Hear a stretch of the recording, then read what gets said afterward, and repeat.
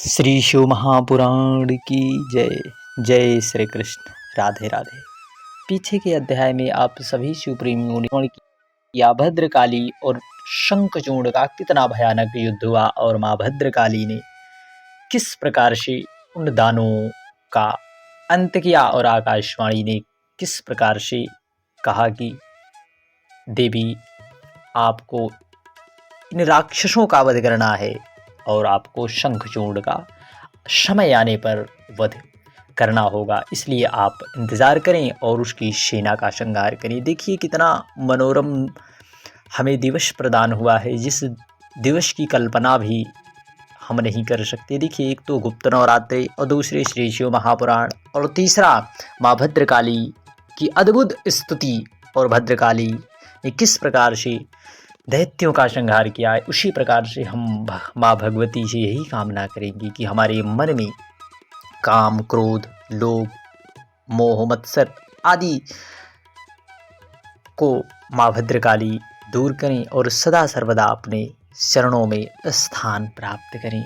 और आप सभी शिव प्रेमियों का कहीं ना कहीं किसी ना किसी जन्म में अवश्य नाता रहा होगा, इसलिए भगवान शिव की अद्भुत लीला सुनने का जो हमें परम सौभाग्य प्राप्त हुआ है, उससे आप कदापि भी वंचित ना हो। हरे कृष्ण। सनत कुमार जी बोले, काली से ऐसा सुन शिव जी हंसने लगे और उन्हें समझाकर अपने गणों को साथ ले स्वयं युद्ध करने चले। जब वृषभ पर चढ़े महेश्वर युद्ध भूमि में जाकर खड़े हो गए, तब उनको देखकर शंखचूड़ ने रथ से उतरकर सिर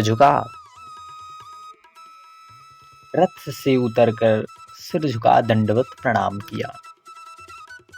फिर विमान पर चढ़ कवच पहन धनुष उठा युद्ध करने लगा। 100 वर्षों तक उसने शिव जी से युद्ध किया, मेघों के समान अपार बाण वर्षा की। महावीर शंखचूड़ ने बड़े ही दारुण बाण चलाए, परंतु शिव जी ने उन सबको काट गिराया।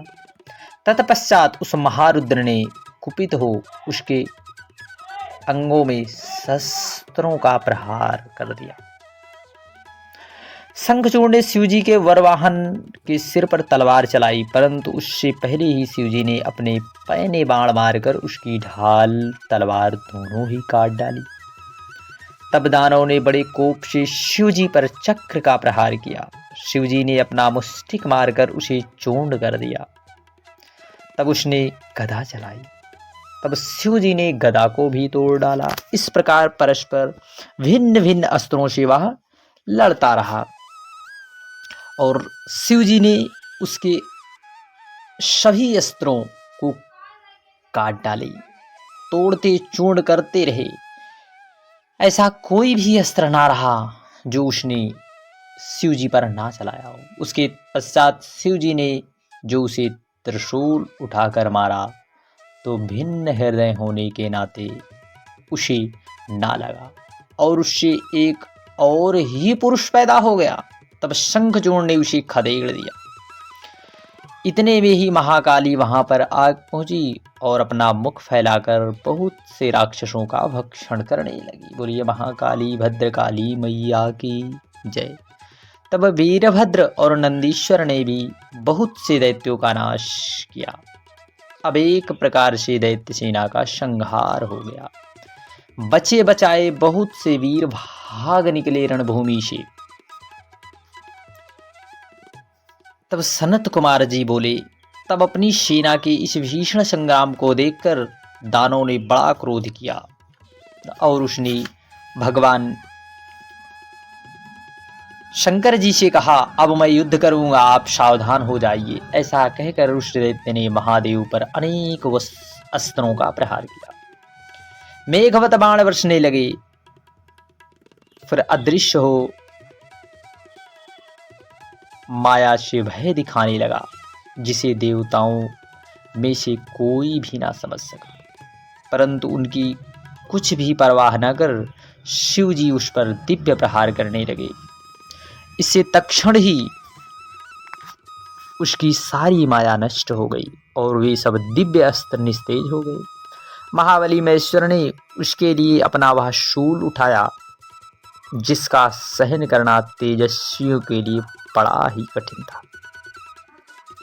फिर तो उस समय यह आकाशवाणी हुई कि हे महेश्वर, अभी इस शूल को इस पर मत चलाओ।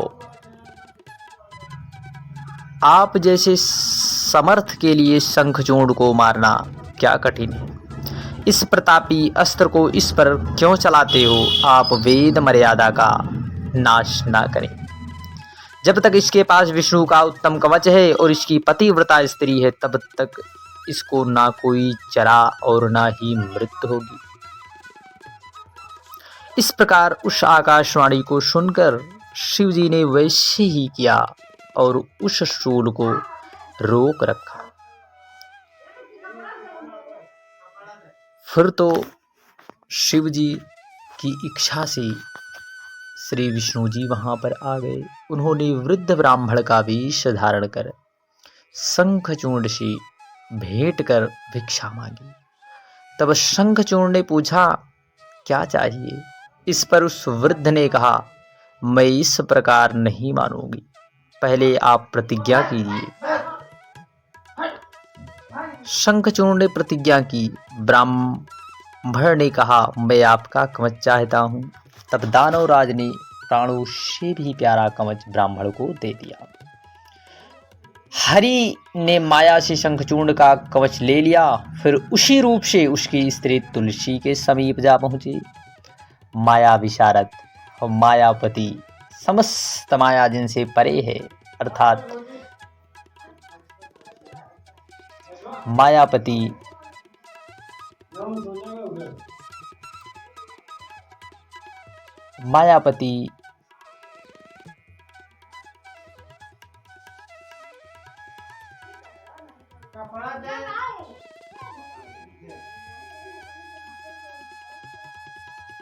विशारद विष्णु ने देवताओं के कार्य के लिए उसके साथ शक्ति से विहार किया। फिर तो शिव जी को अवसर मिला और उन्होंने विजय नामक एक प्रज्वलित शूल उठाकर शंखचूर्ण पर चला दिया। उस शूल ने उसका संहार कर दिया। आकाश में दुदुम्भी बजने लगी, गंधर्व किन्नर गाने लगे, अप्सराएं नृत्य करने लगी। शिव जी के ऊपर फूल की वर्षा हुई और मुनिगण शिव जी की प्रशंसा करने लगे। शंखचूर्ण राधा जी के शाप से मुक्त हो गए, अपने पूर्व रूप को प्राप्त हुए। उनकी हड्डियों से एक प्रकार की शंख ध्वनि पैदा हुई।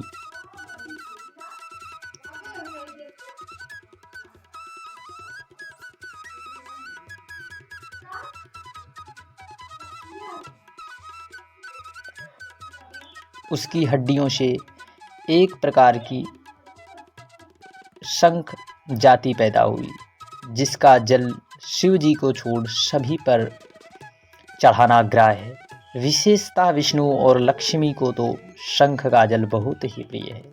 उस पश्चात उमा सहित नंदीश्वर पर चढ़कर स्कंद और गणों सहित शिव जी अपने लोक को गए और अन्य देवता भी स्वस्थता को प्राप्त हुए। अब उसको निर्विघ्नता प्राप्त हुई। आकाश निर्मल हो गया और पृथ्वी सुमंगला हो गई। शंकर जी का यह सुखदायक चरित्र सब दुखों को हरने वाला, लक्ष्मी देने वाला और सब कामनाओं को पूर्ण करने वाला। जो कोई शंकर जी के इस चरित्र को नित्य श्रवण करता है, पढ़ता है, पढ़ाता है, वह धन, धान्य, पुत्र सब सुखों को प्राप्त करता है। यह अतुल आख्यान सब उपद्रवों का नाश करता है और परम ज्ञानोत्पादक तथा शिव भक्ति को बढ़ाने वाला। ब्राह्मण ब्रह्म तेज युक्त, क्षत्रिय युद्ध विजयी, वैश्य धनी और शूद्र श्रेष्ठ होते हैं। बोलिए श्री शिव महापुराण की जय। राधा रानी सरकार की जय।